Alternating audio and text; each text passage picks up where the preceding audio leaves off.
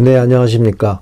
네, 오늘은 일본의 유명한 의사 선생님이 계신데요. 이시하라 유미 선생님이라고, 1948년 일본 나가사키에서 태어나신 분인데요. 이분이 쓴 몸이 원하는 장수요법이라는 책이 있습니다. 2011년에 전나무 숲이라는 출판사에서 발행이 된 책인데요. 내용이 상당히 좋은 내용이 많이 있습니다. 그래서 이시하라 유미 박사님을 먼저 소개하면은 1948년 나가사키에서 일본 태어나셨고요. 나가사키 대학 의학부 동대학원 의학연구과 박사과정을 수료하셨습니다. 혈액내과에서 근무하던 중 만성질병을 치유하지 못하는 서양의학에 대해 의문을 품고 난치병 치료를 연구하기 시작하셨습니다. 장수지역으로 유명한 코카서스 지방과 스위스 병원 등에서 자연요법을 연구하셨습니다. 현재 이시하라 클리닉의 원장으로서 일본의 전 수상, 국회의원, 의사들을 치료하는 의사로 유명합니다. 건강 증진을 위한 단식 요양원도 운영을 하는데요. 이미 그의 당근 사과주스 단식을 경험한 사람이 3만 명을 넘어섰을 정도로 인기를 끌고 있습니다. 또한 각종 건강 프로그램에 출연하셔서 왕성한 또 저수 활동도 함께 하고 계시고 자연 치유력 증강을 기본으로 한 건강법을 전파하고 있습니다. 그의 의학 설명은 일반인도 이해하기 쉬울 만큼 정평이 나 있습니다. 저서로는 전조 증상만 알아도 병을 고칠 수 있다. 생강 홍차 다이어트, 몸을 따뜻하게 하면 병은 반드시 낫는다. 초건강법, 병은 냉증으로부터, 몸이 따뜻해야 몸이 산다. 내 몸을 지키는 건강 비법 100가지, 하루 3끼가 내 몸을 망친다. 체온 1도 올리면 면역력이 5배 높아진다 등이 있습니다. 오늘은 목차 건강을 제1장 건강을 해치는 잘못된 정보 8가지 중에서요. 오늘은 마지막 8번째 식욕이 떨어지면 어떤 식으로든 영양을 보충해야 하는가? 라는 주제로 73페이지부터 나와 있습니다. 함께 짧은데요. 그렇게 길지 않습니다. 그래서 한번 같이 나누어 보도록 하겠습니다. 73페이지부터 있습니다. 식욕이 떨어지면 어떤 식으로든 영양을 보충해야 한다. 그렇게 해야 할까요? 라는 질문입니다. 인류의 역사를 되돌아봤을 때 오늘날처럼 포식하던 시대는 없었습니다. 근래 50년 정도를 뺀 나머지 299만 9,950년 동안은 빙하기, 가뭄, 홍수, 지진, 화재, 전쟁 같은 천재지변 때문에 인류의 선조는 늘 기근에 시달렸습니다. 그렇게 인간의 몸은 굶주림에는 익숙하지만 포식과 과식에 대해서는 대처하기 어렵게 길들여져 왔습니다. 그래서 현 인류가 비만, 고지혈증, 고혈압, 당뇨병, 고요산 혈증, 통풍이죠. 고염분 혈증, 고혈압 같은 체내에 들어온 영양물을 처리하지 못해서 그러한 병에 쉽게 빠지게 되는 것입니다. 이러한 사실은 몸속 호르몬을 보면 쉽게 이해할 수가 있습니다. 인간의 몸속 60개조의 세포는 거의 100%가 당분을 에너지원으로 삼아 살아가므로 저혈당 발작, 떨림이나 손발 저림, 실신 등은 일어나지만 저단백 발작이나 저지방 발작은 아예 존재하지 않습니다. 이거 다시 한번 읽어드리겠습니다. 저혈당 발작, 떨림, 손발 저림, 실신 등은 일어나지만 저단백 발작이나 저지방 발작은 아예 존재하지 않는다. 공복으로 저혈당 상태가 되었을 때는 혈당을 높이기 위해서 아드레날린, 노르아드레날린과 그 다음에 콜티솔, 글루카곤, 성장 호르몬, 티록신 등 10가지 정도의 호르몬이 분비가 되지만 포식을 하여 고혈당에 빠지게 되면 혈당을 내리기 위해서 분비되는 호르몬은 인슐린 뿐입니다. 더 이상 먹지 말아줘 신호에 대한 잘못된 해석, 지나치게 많이 먹는 식습관으로 질병을 앓기 전에 몸은 본능적으로 제발 더 먹지 말아줘라는 신호를 보냅니다. 그것이 위염이나 장염으로 인한 식욕 부진과 구토입니다. 그럼에도 소화제나 정장제를 먹어서 어떻게 해서든 음식물을 위장으로 집어넣으려고 애쓰는 우리 현대인의 모습은 참으로 우스꽝스럽습니다. 과식하여 몸 안에 잉여물과 노폐물이 많아지게 되면은 그런 쓸모없는 물질들을 청소하기 위해서 박테리아균이 침입하여 염증을 일으키게 되고, 그 결과 우리 몸은 발열과 식욕부진을 통해 먹는 것이 괴롭다고 절규를 하게 됩니다. 그런데 주위 사람이나 의사는 병과 싸울 체력을 다져야 한다면서 한 숟가락이라도 더 먹으라고 말하니 당연히 병이 악화될 뿐 나아질 리가 없습니다. 미국의 미네소타 대학 의학부 교수 MJ 마레이 박사는 1975년 사하라 사막을 방문하여 당시 기근을 겪고 있던 유목민들에게 식료품을 전달했습니다. 그런데 식료품을 공급한 지 얼마 되지 않아서 돌연 말라리아가 발생하였습니다.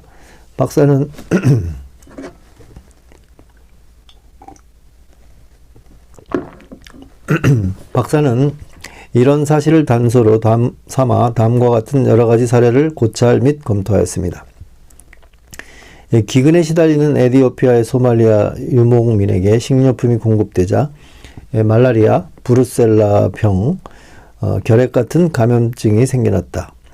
중세 영국에서 발생한 천연두는 가난한 사람들보다 부자들을 더 많이 공격했다. 제1차 세계대전 중에 발생한 인플루엔자는 영양 공급이 충분한 사람들의 사망률을 높이는 결과를 낳았다. 제2차 세계대전 중 과밀 상태에 있던 캠프에서 영양 상태가 좋지 않았던 사람들의 장티푸스 발병률이 가장 낮았다. 이런 사실을 통해 마레이 박사는 음식물의 영양소가 몸을 유지하는 것보다는 병원균을 분열하거나 증식시키는 데 이용되는 것 같다고 지적하였습니다. 바꿔 말하면 기아가 병원균의 감염을 억제하는 활동을 한다는 것입니다. 이 마레이 박사의 주장입니다. 이 추론을 증명하기 위해 박사는 다음과 같은 실험을 하였습니다.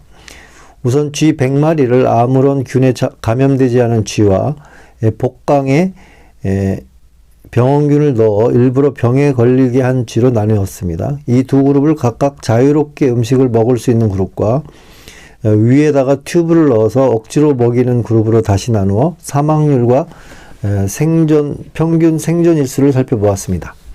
그 결과 감염증이 일어난 쥐에게 음식물을 무리하게 먹일 경우 사망률이 높아진다는 것을 알게 되었습니다. 77쪽에 이게 나와 있습니다.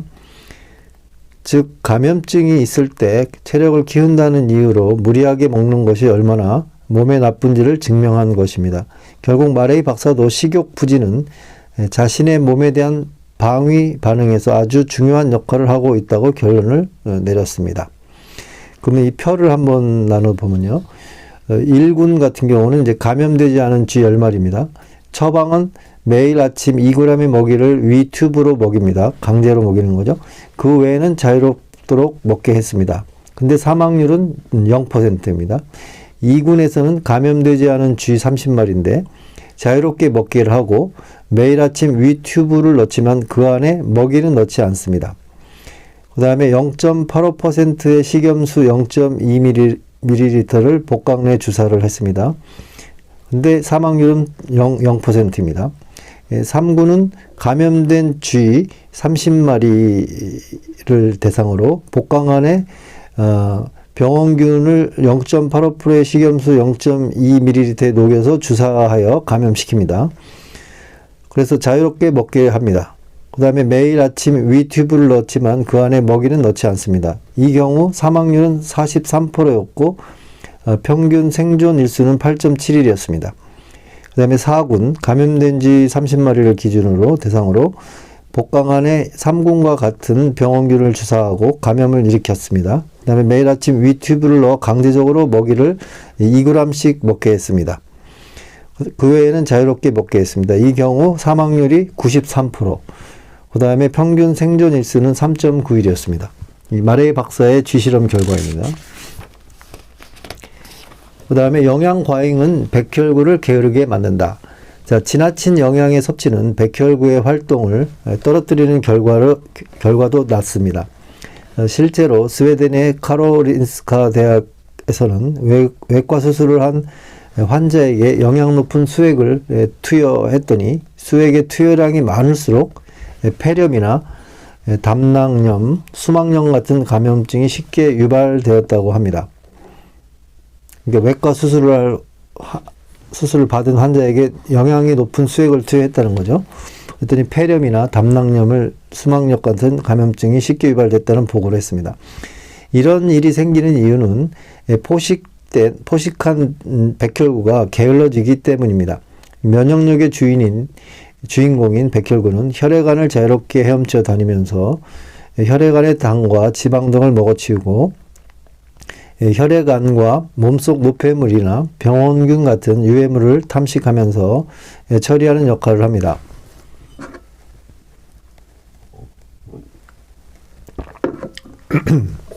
그런데 혈액안에 당분이나 지방 같은 영양물질이 늘어나게 되면 백혈구도 그런 물질들을 마구 먹어대서 배부른 상태가 되게 됩니다. 이렇게 되면 백혈구는 더 이상 병원균이나 암세포를 먹어치울 필요성을 느끼지 못하게 되는 것입니다. 이는 그냥 보아 넘길 일이 아닙니다. 혈액안에 당분이 지나치게 많은 고혈당 상태인 당뇨병 환자는 면역력이 떨어져 폐렴, 결핵, 방광염, 피부염과 같은 감염증에도 쉽게 걸리고 암의 발생률도 높게 됩니다. 이 당뇨병은 합병증이 무섭다라는 말도 여기에서 기인합니다. 마찬가지로 비만인 사람이 정상 체중인 사람보다 온갖 병에 걸릴 감염률이나 사망률이 높은 것도 영양 과잉으로 백혈구의 탐식력, 그러니까 면역력이죠. 이것이 떨어졌기 때문입니다. 그래서 이제 표가 있는데요. 4인별 비만자 사망률이라고 정상 체중자의 사망률을 100으로 했을 경우 4인으로 당뇨병인 경우 남성은 사망률이 383 수치를 보이고 여성은 372. 간 경변증 사인으로는 남성이 249, 여성이 147. 충수염 같은 경우는 남성이 223, 여성이 195. 담석 같은 경우는 남성이 206, 여성이 284. 만성 신장염은 남성이 191, 여성이 212. 뇌출혈은 남성이 159, 여성이 162. 심장질환은 남성이 142, 여성이 175. 자동차 사고는 남성이 131, 여성이 120. 자살은 남성이 78, 여성이 73. 결핵이 남성은 21, 여성은 35로 이렇게 나와 있습니다. 4인별 비만자 사망률입니다. 야생동물은 의사나 간호사는 물론 병원도 존재하지 않는 곳에서 건강을 유지하면서 생명의 맥을 잇습니다. 야산을 걷다가 심근경색으로 쓰러진 너구리를 만난다거나 뇌졸중 때문에 반신불수인 상태로 걷는 여우를 봤다는 얘기를 들어본 적도 없습니다. 하물며 몸져 누워있는 쪽제비를 본 일도 없습니다. 그들은 모두 건강하게 천수를 누리다가 이 세상을 떠날 때가 되었음을 직감하면 몰래 몸을 숨겨 조용하게 죽어갑니다. 드물게 병에 걸리거나 상처를 입더라도 먹이를 먹지 않거나 열을 내므로써 스스로 병을 고칩니다.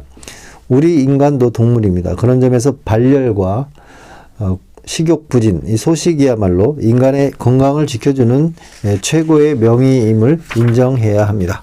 네, 오늘은 아주 짧게 나눠본 얘기인데요. 몸이 원하는 장수요법이라는 이시하라 유미 박사님의 책인데요. 주제는 식욕이 떨어지면 어떤 식으로든 영양을 보충해야 하는 거가 맞는 것인가 라는 것에 대한 내용을 함께 나눠보았습니다. 과식과 포식은 결국 우리의 면역력을 이렇게 높이지 못하는 것으로 많은 연구 결과들이 나오고 있는 것 같습니다. 네, 오늘은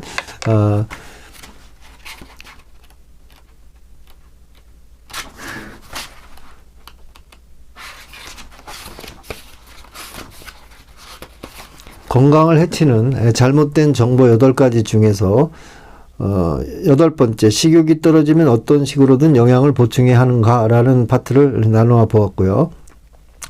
다음 쪽은 이제 건강을 해치는 잘못된 정보 8가지, 나머지 7가지도 함께 나누어 보도록 하겠습니다.